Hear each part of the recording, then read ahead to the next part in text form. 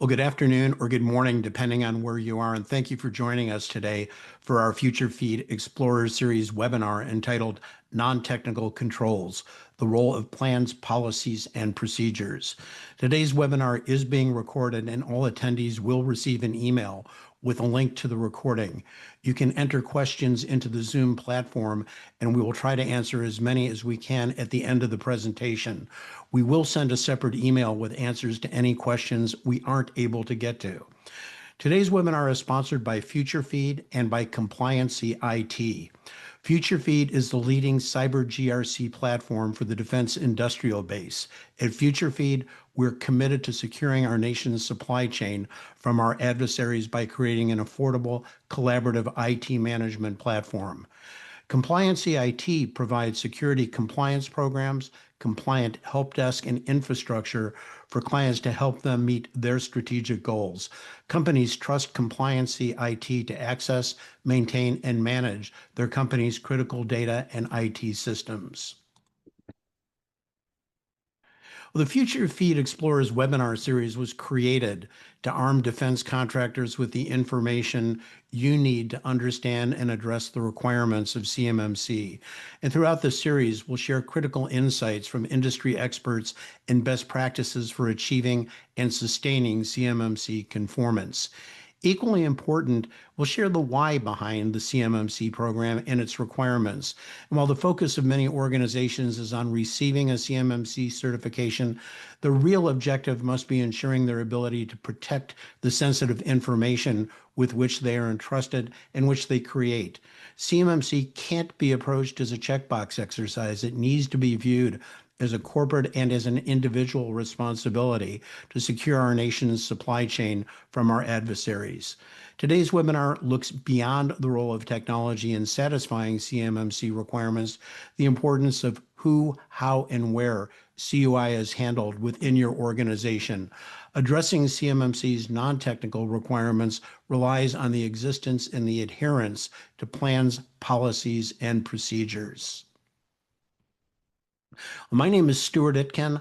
I am the CRO and Chief Security Evangelist at FutureFeed. Much of my career has centered on supply chain and vendor risk management and regulatory compliance.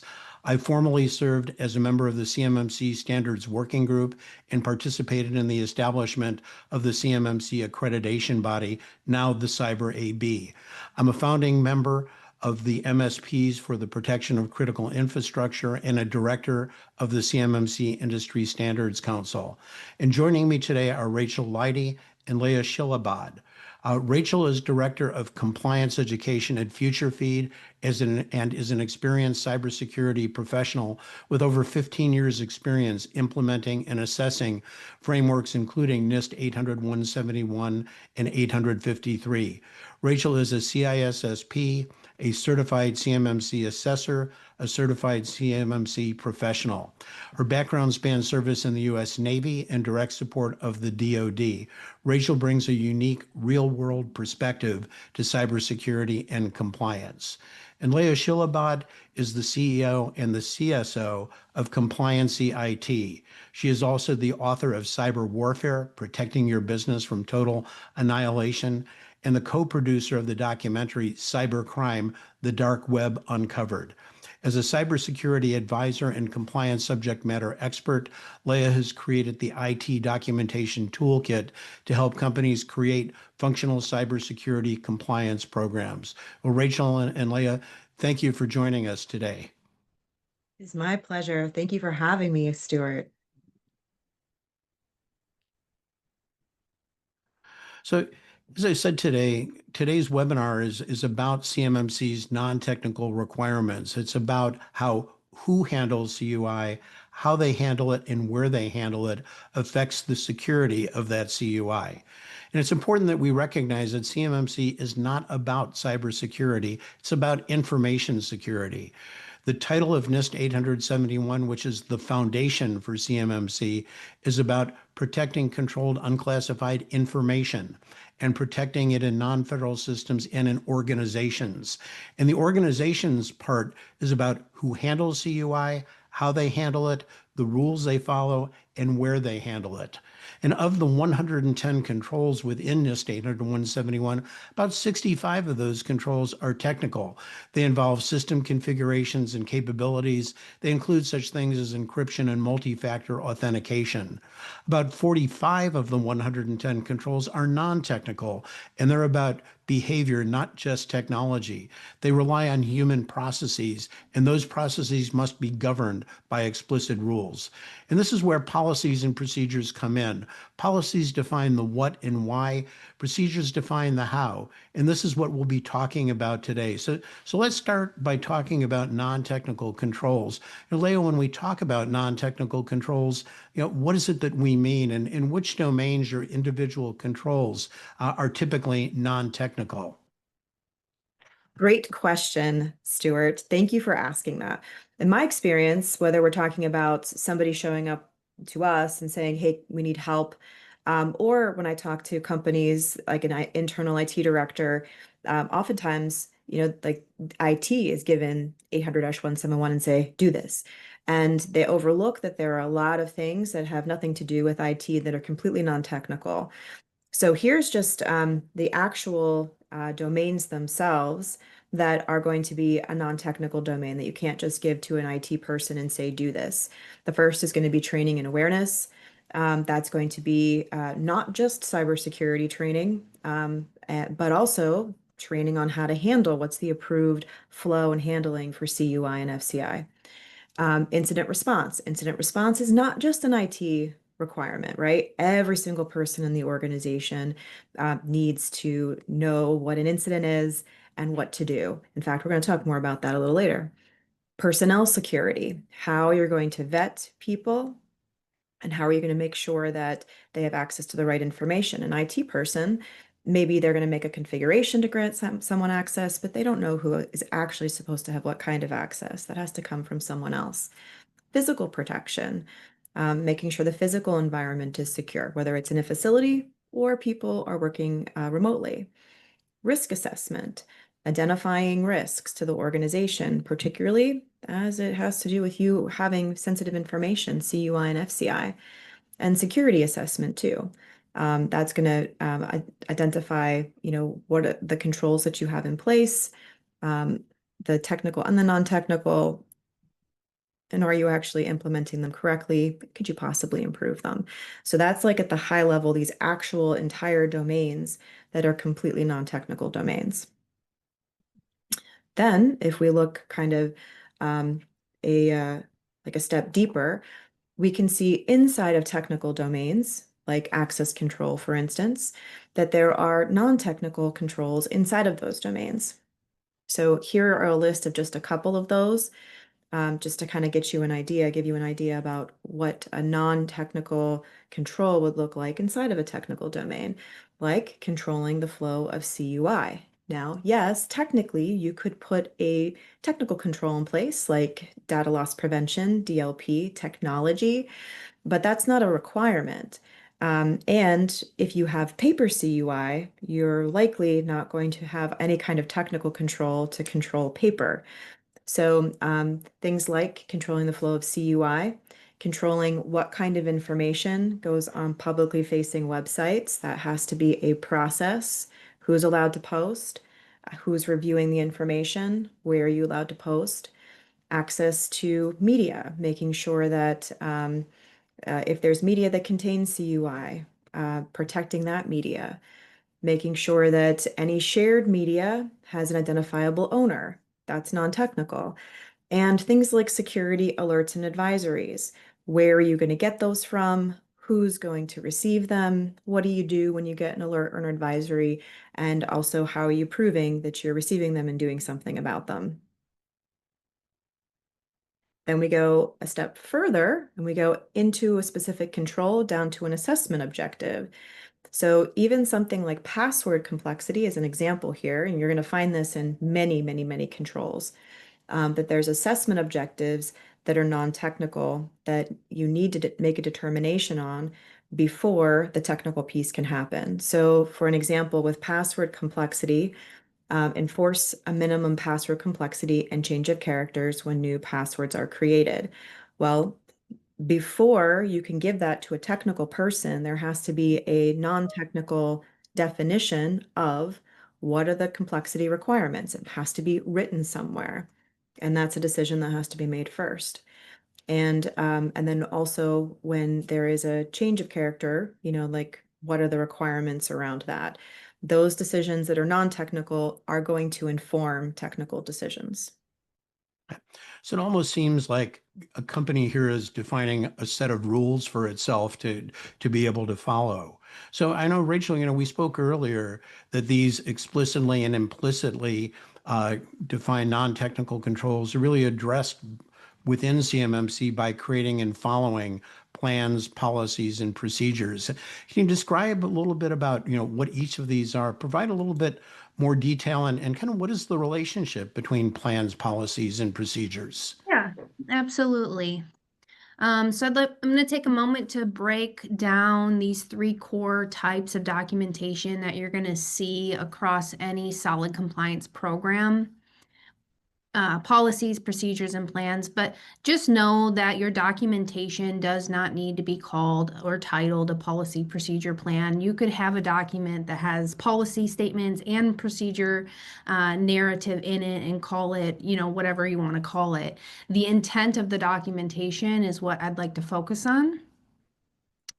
So this slide outlines the differences, but I'm going to go a bit deeper into why each of these is critical, not just for passing your assessment, but for actually building a sustainable security posture or compliance program.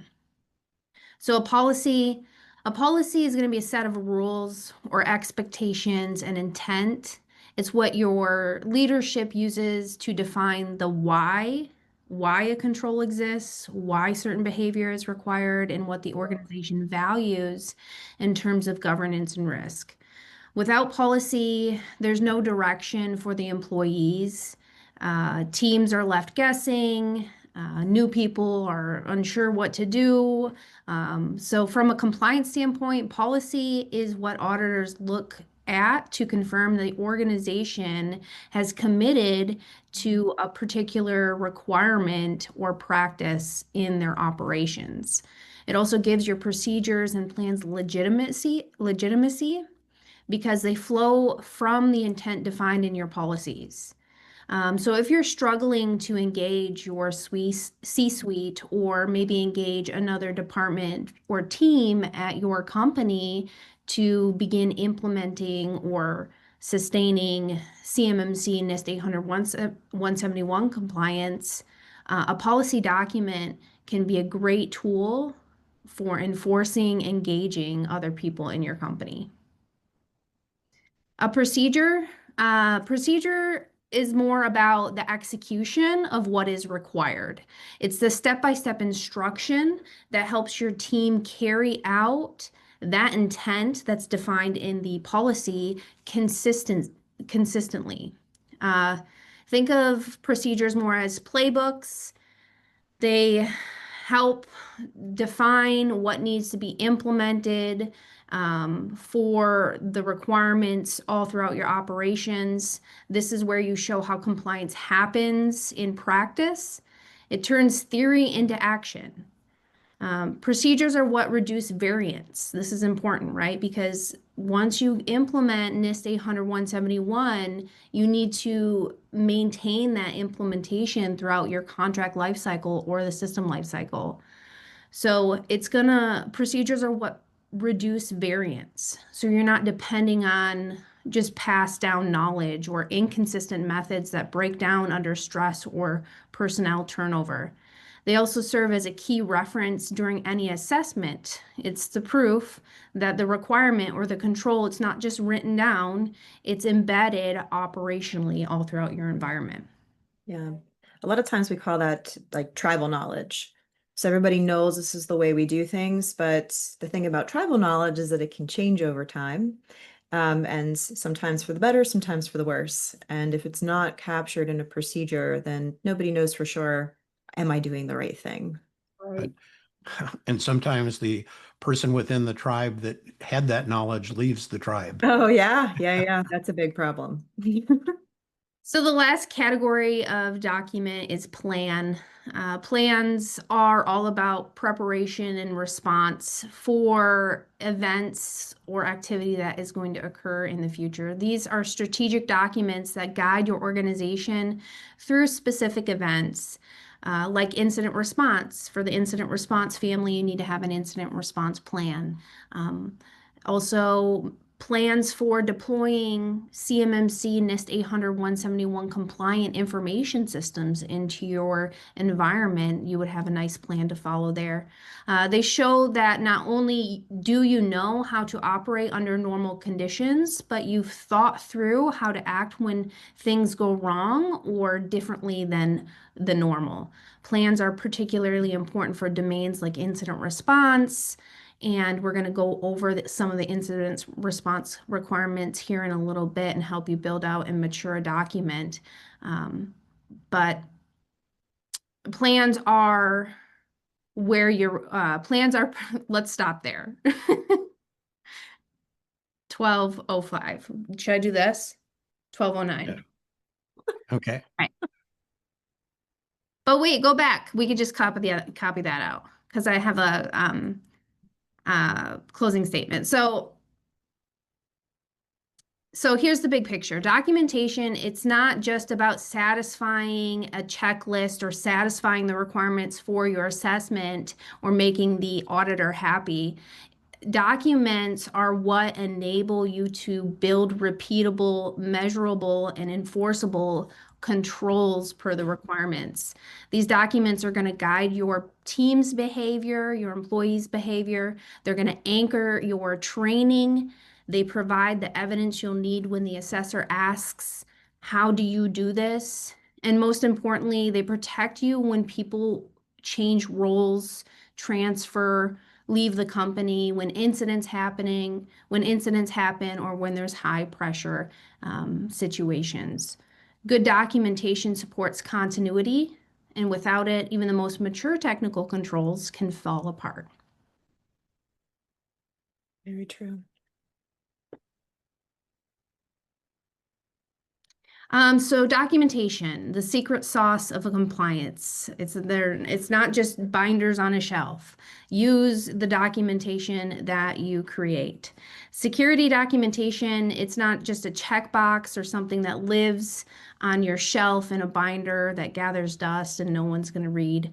It has to be functional, used day to day. Policies and procedures help train your team and guide their actions. They become your evidence during an assessment. And without documentation, again, you're really relying on that tribal knowledge, and that's not auditable.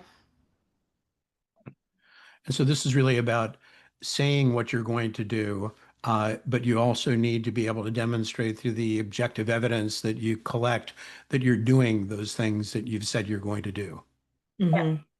Yeah. It brings structure and ensures consistency and gives your organization a reliable playbook.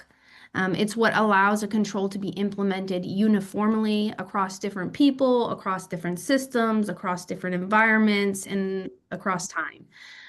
It's how you show assessors and auditors that your controls are real and not just theoretical. So the Goldilocks of documentation. So there is, what can be considered too much documentation, and I've listed out there some negative impacts when you have too much documentation in your environment, but also too little documentation can cause issues in your compliance program as well. So there's kind of this just right. And that just right, it depends. It's all, it's different. It looks different for each company, each organization. It's dependent on the size and the knowledge of your employees that you have. So for building just right documentation, I'm going to just list out some recommendations for building out that documentation, maturing your documentation so it's right for you. But later, a little bit here, we're going to go through a document maturity exercise to really cover each one of these areas again. So build, really important when you're developing your documentation that you develop it and you have a solid understanding of your compliance boundary. making sure that you address all assets, locations, technology, people in scope of your compliance boundary, and addressing, what everything, all those assets need to do to be compliant. Another very important item is to clearly define and assign roles and responsibilities. Without defined roles and responsibilities, any documentation is going to fail because no one knows who is supposed to be following that document or implementing that document. Make sure you align the documents and your narrative with the assessment objectives. So I'm sure you all know this, but if you fail one objective, you end up failing the overall control requirement in an assessment. So from an assessment point of view, implementing or designing your implementation using the assessment objectives is just going to make sure that you're meeting the mark as far as compliancy, but also it's going to break down a little bit, the requirement is more of a generalized statement. The objectives really define the individual actions that need to be done to be compliant. So when you're developing your documentation, always speak to the assessment objectives. Another thing is writing your documentation, even using words that, don't use big words or very technical terms. If you expect the people who are doing the work, they don't know these big terms or they don't know a lot of technical terms. So use language that is easily consumable by the person who should be implementing and doing that work that's defined in the document. That's really important for clarity and making sure that requirement gets implemented as designed. So another thing is just centralize your documentation, avoid duplication. Try not to have things defined over here, but the same thing defined over here. Always try to have one source of truth so you can avoid issues with two different definitions or documents that work against each other. And then the last couple things here is just to include your documentation in your continuous improvement or maybe your Kanban activities. So that way, as you are, implementing this documentation or implementing the controls that are defined in the documentation, you can maintain that documentation as things change. If your company finds a new way to do something that's more efficient and produces a better outcome, then update your documentation to reflect that. So when you have personnel join your team, they're doing the same thing everybody else is doing. And I think an important point you made is again, avoiding the jargon, keeping it simple, that just right documentation is written for the people who need to follow the policies, who need to implement the procedures. It needs to be written for them. It needs to be understandable by them. And so, Leia, and I know that there are requirements or standards for policies and procedures that are going to be evaluated by a C3 PAO as part of the standard assessment. And two of these standards are adequacy and sufficiency. Can you tell us what is meant by each of those and how an organization can ensure they've met those bars of adequacy and sufficiency when they create their documentation? You bet, Stuart. So I was trained as a CCA.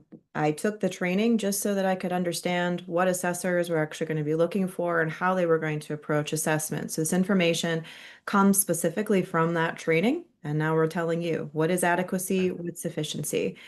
So assessors are trained to look for both of those things in order for your evidence, your artifacts to say, yes, this evidence, these artifacts will be adequate and sufficient to say the control is met.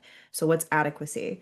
Adequacy is if a given artifact, which could be an interview response, demonstration, maybe a document or a screenshot, does it meet the CMMC practice? So it answers the question, is this the right evidence? So you present a document, and you say, well, this is part of my evidence that that I'm meeting this control. Like maybe it's a procedure, but then the procedure doesn't actually address that control so that that would not be adequate?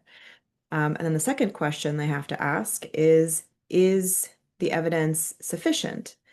So for each in-scope component, is there enough coverage to score against each practice assessment objective? It helps you to answer the question, is there enough of the right evidence? So is that evidence covering all of the systems? Like say that you have a list of all of the user accounts. So these are all of my named users. These are the accounts they have on the system. Well, do you have all of the systems, or did you just have GCC High, but you have another third-party system out here that also contains CUI? So is it sufficient? Not if you only have one platform and not the other, as an example. So when you're looking at your evidence, at your artifacts, here's some things to ask yourself to determine, is it adequate? Is it sufficient? So are there policies, plans, and or procedures that address all of the controls? Also, do you know the location of all those documents that meet the control requirements? For instance, your CUI handling procedures, your employee manuals, maybe an SOP for configuring a computer. Does the document address the control or the assessment objective, like I had just mentioned? Does it actually addressing that control in question? Also, does it meet all the regulatory requirements? For instance, in the controls for incident response in 800-171, it doesn't tell you the time frame that incidents must be reported or who they need to be reported to, right? So you have to make sure that you are familiar enough with your regulatory requirements so that you're mentioning those. Because if you show up to an assessment and you have an incident response plan that doesn't mention like the time frame that must be reported to and who you need to report it to, then you don't fail. I'm sorry, you don't get to pass those controls. And again, like you're going to see a pattern throughout this. Does it make sense? Is it functional? If you have pretty words on paper that no one understands, then it can't be functional. We put that in the CYA category, and this is not a CYA program. This is a organizational change program to implement this to protect data. And you might also be asking yourself, well, what kinds of things are going to require documentation? Interestingly, there's only 3 controls that explicitly reference the requirement for a policy. I checked. And those 3 controls are listed right here. One of them is 3.4.8 is a policy for whitelisting or blacklisting. 3.4.9 is what's your policy for user installed software. 3.9.2 is a policy for protecting CUI during termination and transfers. Those are the only 3 places that it actually says in the control itself or assessment objective that they're looking for a policy. But we're talking about needing documentation all over the place. So how can you determine, does this thing need to be documented? Well, one of the key ways is to look for the verbs we have listed here. So anytime you see some of these verbs, then you need to write something down. Words like define. So if the control instructs you to define something, you need to write it down. It's not just something verbal, it has to be written somewhere. Specify, again, something that's written, whether it's in a policy, a plan, or a procedure. Identify. Identify is not assessor comes and you point and you say, here's the thing. It has to be written somewhere, documented somewhere. And a good rule of thumb here is if you have an expectation that someone is going to be doing something a certain way, you need to document it. If there's an expectation for what you do when you receive CUI, what happens to that? Where does it go? Are you allowed to email it to someone? Does it go into SharePoint? Does it go into another tool? If you have that expectation, write it down. And I know that we sometimes forget about Appendix E, the NFO requirements that are assumed to have been satisfied but not explicitly stated, and a number of those define the requirements or state the requirements, the assumption that policies and procedures exist. And, kind of looking ahead, when we look at revision 3 of 800-171, which it will be coming at some point in the future, many of these policies and procedures are explicitly required within the revised controls that you'll find there. Well, I think now what we want to do is take a deeper dive and provide a specific example of how a specific set of non-technical requirements, in this case, requirements related to incident response, can be adequately and sufficiently addressed through policy and procedures. So let's start with the requirements. And Rachel, can you walk us through the requirements and then how we build the necessary documentation? Yeah, absolutely. And we're going to focus on the incident response family, the 3 requirements that are coming from that domain or that family. And really this exercise I'm going to walk you through, call it the documentation maturity checklist exercise. You can apply this to all requirements, all domains or families in 800-171 or other frameworks if you're working on them. So I'm just going to go at a high level, walk through like how I start by building a document from like addressing the core requirements to making it a solid document that my employees can use, and we can make sure that the requirement gets implemented throughout time. So Leia, though, will really go a step deeper and talk about an incident response plan and the information that should be captured in that plan.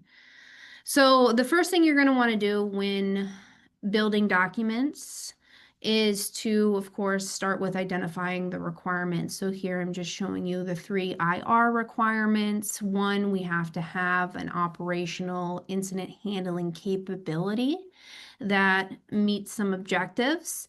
Then we have to track, document, and report incidents to internal, external organizations and entities, and test that organizational incident response capability on an annual basis. So those are the requirements. After you identify the requirements, then you're going to want to do a document mapping exercise.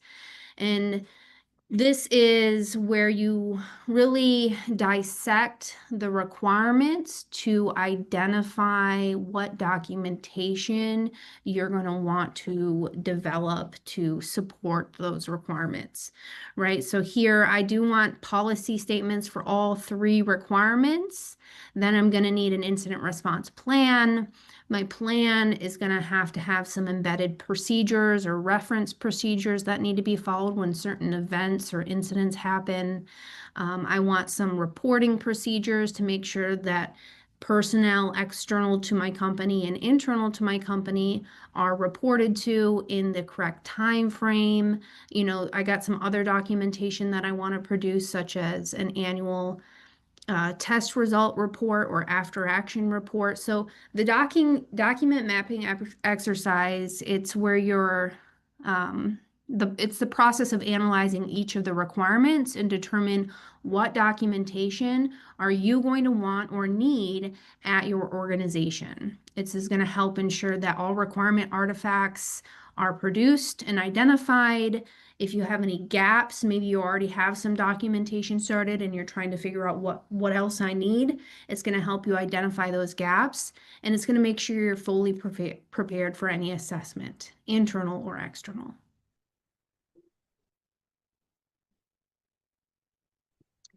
Okay, in the next few slides, I'm just focusing on the table of contents. So think of this as you're just looking at the table of contents of a document.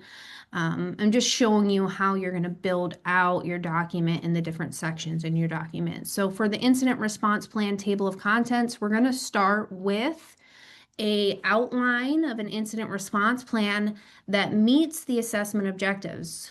Because like I mentioned a little bit ago, if you fail one objective, you end up failing the overall control, with a couple of exceptions there where there's some partial credit.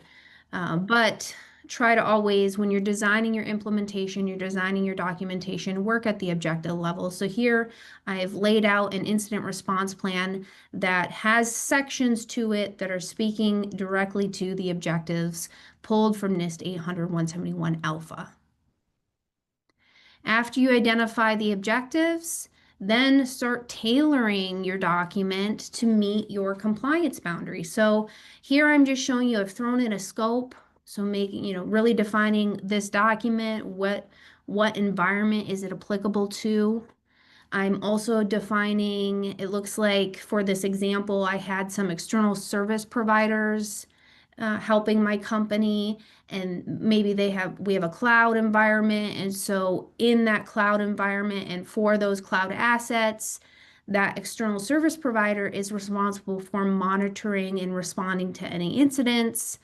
And so I really want to, in my incident response plan, my organizational incident response plan, I want to define any external services or external service providers and the area that they're responsible for and how they're going to communicate those incidents to me, right? So in the detection, I'm expanding my detection area to include any areas that are covered by external service providers.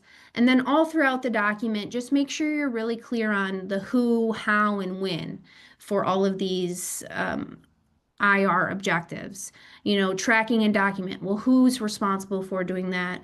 How fast should they produce that documentation? Where should they house it? Reporting, who, how, when, again. So tailoring it to fit your scope by identifying the people within that scope and what is their responsibility for implementing your incident response capability.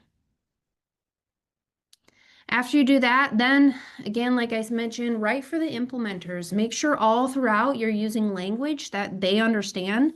One time I helped a smaller company develop a risk assessment procedure. It was a super small company. Their employee, that was the person who was going to be responsible for doing these risk assessments, has never done a risk assessment in their life. They don't know anything about risk analysis or the process. And so that document I wrote for them was very, very detailed to include an example of how to do a risk assessment. So that way, every year when they had to run through it, they could read it and they could, they knew what they need to do when they didn't have a bunch of more questions and stuff to look into. So really write that document for the people who are going to be implementing it and reading it. And here I'm just showing you, we've added a roles and responsibilities, very clearly identifying who's going to be following and enforcing that document. And again, addressing the who, how, when throughout. Lastly, second to last, solid documentation can be used for your educational efforts, okay? You have awareness and training requirements in the AT domain and family. Nothing's stopping you from providing those personnel with role security responsibility when you have to train them.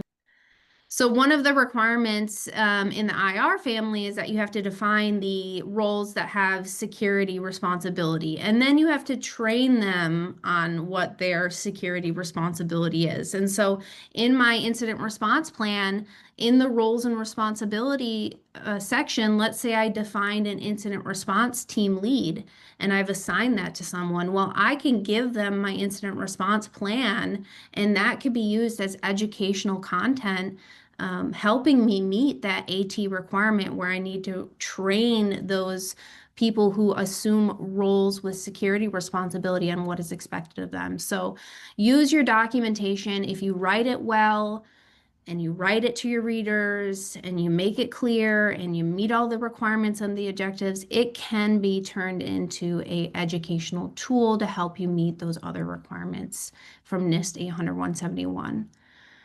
So after you educate the people who are responsible for following the document, implementing that requirement, then just make a plan to continuously improve or review and update your documentation throughout your system lifecycle.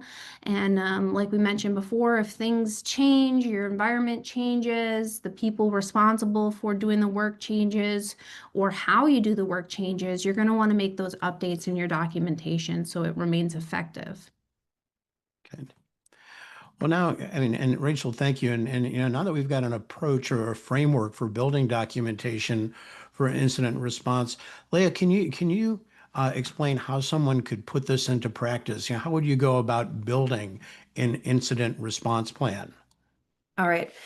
So let's just focus on just the first control. Like Rachel said, there's three, but let's just look at the first one as we start to figure out how do we build a plan by looking at the controls.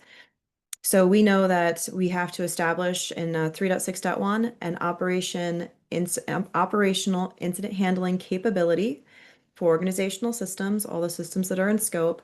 That includes preparation, detection, analysis, containment, recovery, and user response activities. So let's break that down a little bit. Again, just looking at the first control. So one of the first things that we're going to need to define on the next slide is specific roles and responsibilities. So all of these plans need to have an R&R. What are the roles? What is that role responsible for? And who sits in that seat? And sometimes it's a couple people. And sometimes if you're a small organization, you're in a couple seats. That'll happen. It's important to define what an incident is. So whether it's a user or somebody who's, in a technical seat, what is an incident? Include all those referenced phases of incident response in your plan. So if you miss any of them, then you're not meeting the control.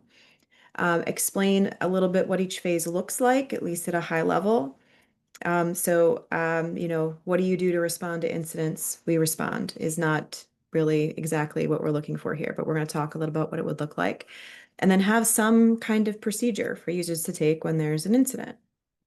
So let's first look at an example R&R. This one actually comes directly from our incident response plan template in the toolkit.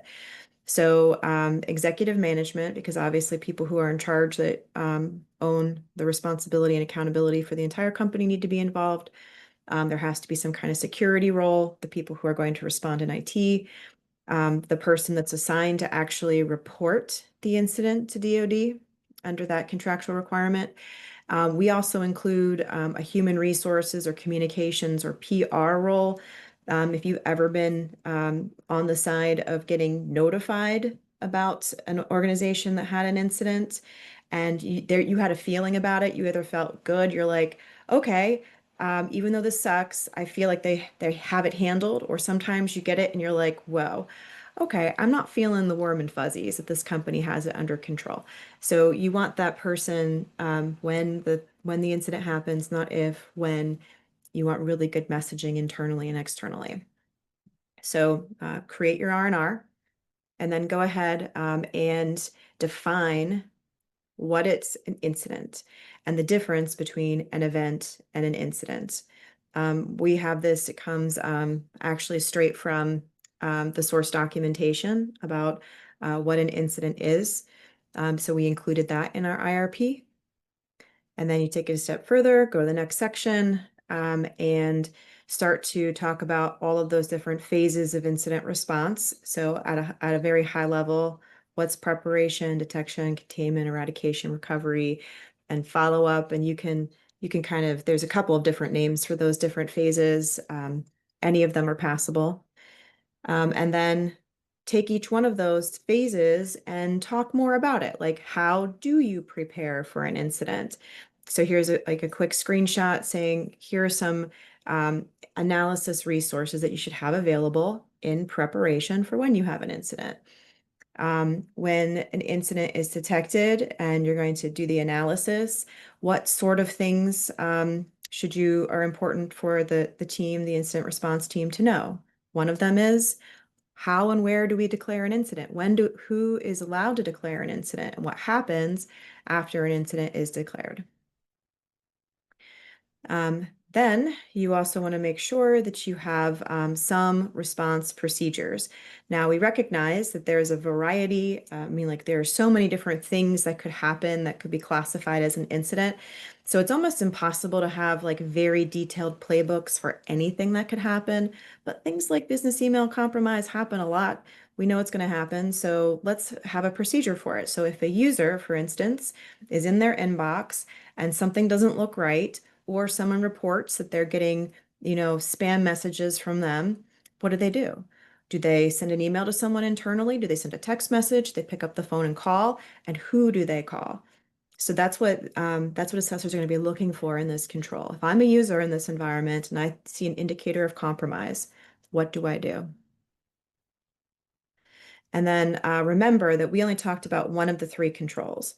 So in addition, you need to go back through the other ones and make sure that your incident response plan includes how you're going to track incidents, how they're going to be documented, the authorities and officials that you report to. So who internally, usually that's that executive management position, right? So what are the internal officials that get notified? Who are the external authorities? Maybe it's just DoD. Maybe there are other contractual requirements that you have. And how you're going to assure that those incidents are actually getting reported, and that your incident response capability is tested. Most of us test through tabletops. So in our IRP, we also include direction on when you're going to do a tabletop, how you do a tabletop, et cetera. And again, I just want to emphasize, the intent of this wasn't to be able to lead people through how you address the full incident response domain, but mainly what we wanted to do is to provide an example of where policies, procedures, and plans fit in, and how you create procedures, policies, and plans to address the requirements, the assessment objectives of the controls within a particular domain. So things that we've talked about really apply to every place within 171 where there is a requirement for plans, policies, or procedures. And I know while our discussion focused a lot on non-technical controls, to be clear, policies and procedures, they also apply to technical controls. Isn't that right, Rachel? Yes, that's right. And in this slide here, I'm just, it's just a reminder that documentation, as Stuart just said, it's not just for the non-technical domains like AT or PS. It's absolutely necessary for your technical controls too. As you can see here, I list out a few of the more technical, heavy families or domains and some example of some documentation that's typically produced or needed to support those requirements. Your technical safeguards like access control or MFA or audit logging, account management, it must be supported by documentation and documented procedures that explain how they're being implemented or maintained, administered, or reviewed by your personnel. So they don't just cover physical security or HR processes, they are also guides to how technical controls are implemented, maintained, and monitored. And I just want to call out the configuration management family. There is a lot of documentation that ends up getting produced or required due to the requirements in the CM family, like configuration baseline documentation or change controlled process or security impact analysis. All of those activities end up getting documented, and that's your evidence that you're going to use to show you are doing what you're doing per the requirements during your assessment. Right. Yeah. And Rachel, sometimes people get really surprised when I tell them that some of this is required on the technical side. Like, for instance, an organization that decides that they're going to stand up their own in-house SIM in order to meet the AU requirements. And I tell them, well, if you're going to essentially be your own SOC, like you need to have those log review procedures, how often you do them, who does it, what does that process look like? And that kind of blew them away. They didn't realize that's a requirement. You can't just have that technical tool. You have to do, this is how we're going to do these things. And then the evidence that you're actually doing it. Exactly. Well, and we've talked a lot about policies and procedures, and I think that we've established that they really are necessary to address and satisfy 800-171 controls, both non-technical and technical. But Leia, how does one go about creating documentation? Where is it that you should start? All right. Thank you for asking. So the first thing you do is you go download something free from the internet. No, I'm kidding. Actually, don't do that. That's a really bad idea. What you should do is get ChatGPT to write it for you. No, actually, that's also a really, really, really bad idea. So free things from the internet often do not actually meet the control requirements, and ChatGPT gets things wrong. One of our friends actually does a whole presentation on how AI wrote things wrong when it was prompted to, so don't do that. You can also build your own. You can, which in some cases you're going to have to, because you're going to have your own CUI handling procedures that that no other organization is going to have because it's specific for your organization. Another way, though, to shortcut that, because it takes a really long time to write all that documentation, is to consider purchasing a template. So there's a template package. For instance, we have the CMMC IT documentation toolkit. One of my dear friends has the Curie documentation system. Compliance Forge also has some templates available. They're all technically correct. One of them might be a good fit for your organization. But I want to underscore here that even if you buy a template package to shortcut you, that nothing is going to have everything you need for compliance. It is not possible. In fact, if any organization says we have all the documentation you need, you don't have to write any at all, I would turn on your heels and run in the opposite direction, because it's not possible. Remember that you still have to modify that template to align to your company's systems, processes, people, facilities, technology, all of those things, to align with your approved CUI and FCI flow. Some organizations only have hard copy CUI. Sometimes they have hard copy and digital, only digital. So nothing's going to have everything that you need. And also remember that, and you're going to see we have a pattern here, guys. It must be functional. So whatever it is, make sure that it's functional. It works in your organization. Right. Needs to be written for the people that need to implement and follow the policies, that need to implement the procedures. Absolutely right, and can't emphasize that enough. And once we have plans, policies, and procedures, they need to be managed. They need to be maintained. These are living documents within an organization, aren't they, Rachel? So, how does one kind of manage and organize this information? Yeah, and it can be a very daunting task, right? After you put all of your documentation together, it's going to be a lot. And so finding a way to organize it, structure it, make it, reachable by everyone who needs to actually get a hold of that documentation. It can be a lot. So, I mean, there's always the manual way of doing things, having old school Excel spreadsheet listing out all your documentation and where it's housed.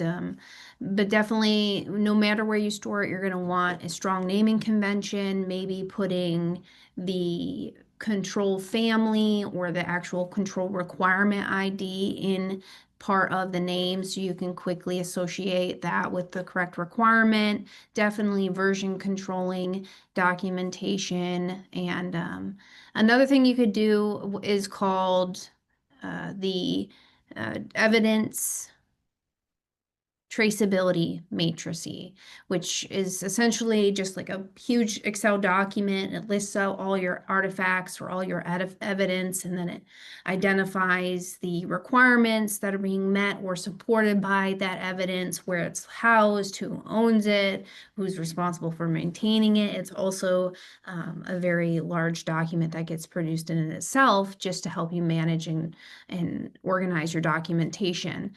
These are great though, but a lot of manual work goes into creating them and maintaining them.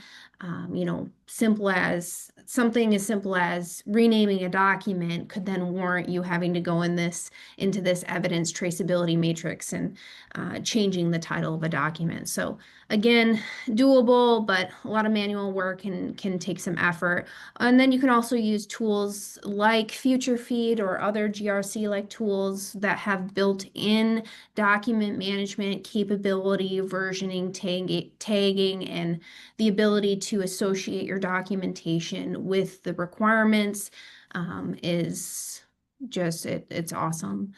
So yeah, a lot of different ways out there to organize, manage, maintain your documentation, but you will need to do that, and you'll want to make an effort to do that up front and start, you know, practicing doing that throughout your years, because when you go into that assessment with the C3PAO, the very first thing they're going to ask is, hey, give me your system security plan and your body of evidence, which is just essentially all of the documentation that they need to be able to validate that the requirements are implemented. So all that documentation showing proof, all your artifacts and evidence, you need to provide them that up front, and then they're going to parse through it and review it all. And so you have to find a way to be able to communicate to that assessor that, hey, this document I'm giving you, it is being given because it is supporting this, these requirements. And so, however you're going to want to, however you go about doing it, you will want to start early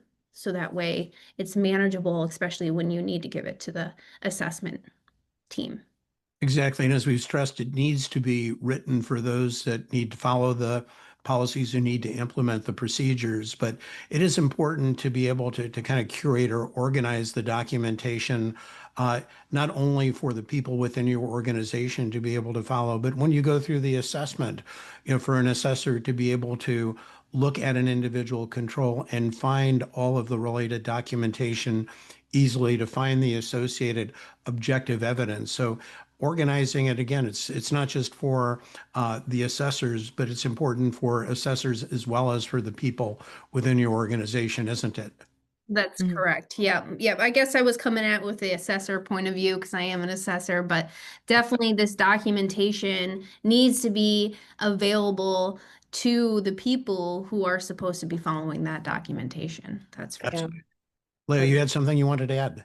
Oh, I can't underscore enough how that's important for the people side. Like they know where to find these things, so they can actually use them.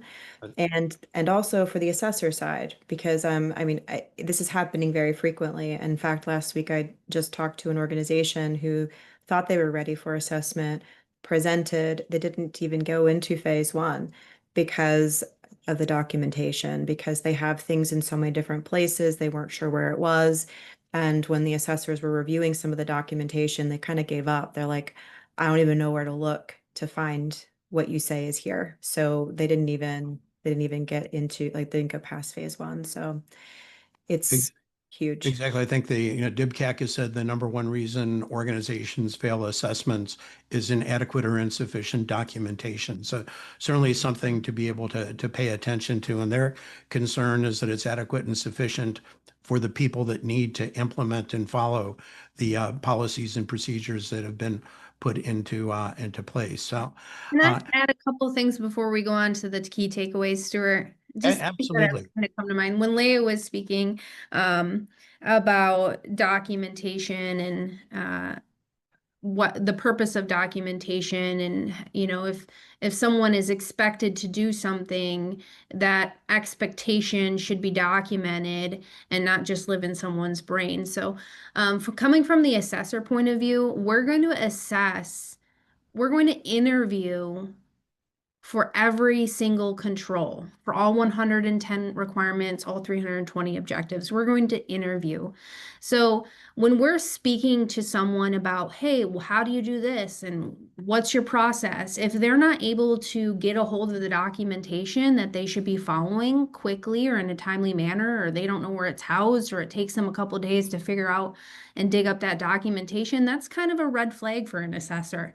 Also, if they're then we start questioning, okay, walk me through this process of what you do. If what they're telling us is different than what is the documented procedure or process, that's also another red flag. So it's important that you can have access to your documentation, that you have documentation, but also that, well, I'm sure we've said this throughout, that the people who are expected to follow that documentation have read it and understand it, and what they're doing in practice aligns with what is documented, because that interview objective or that test method or interview method, it sometimes can get people, especially when what's being said is different than what's in that documentation.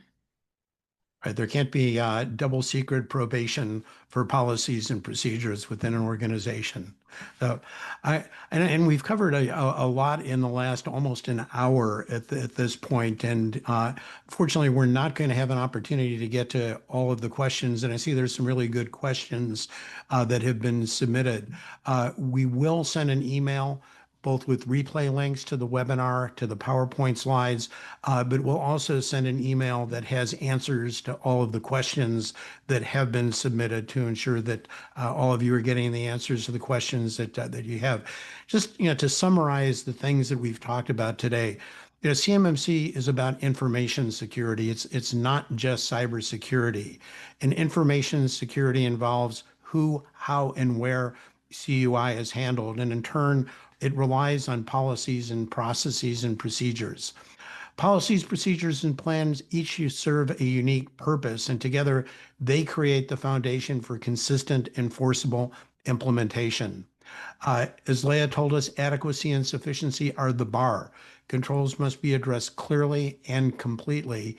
And don't let tribal knowledge sink your compliance. Organize your documentation with structure and with intent. And write for those implementing and who have to follow the policies and procedures that you create. Good documentation is usable, it's tailored to your environment, and it's continuously maintained. So with that, again, I want to thank Leia and Rachel for joining us today, I think for a great discussion, and that ask that each of you please tune in for future editions of FutureFeed Explorers. And as I said, we will respond to all of the questions that we've received in a follow-up email. At the end and on the last slide, you will find our email addresses. If you have further questions after you receive the information, please feel free to reach out to any one of the three of us. We're each very committed to ensuring your success and being able to provide the help that you need to ensure a successful CMMC journey. So again, thank you all for joining us this afternoon.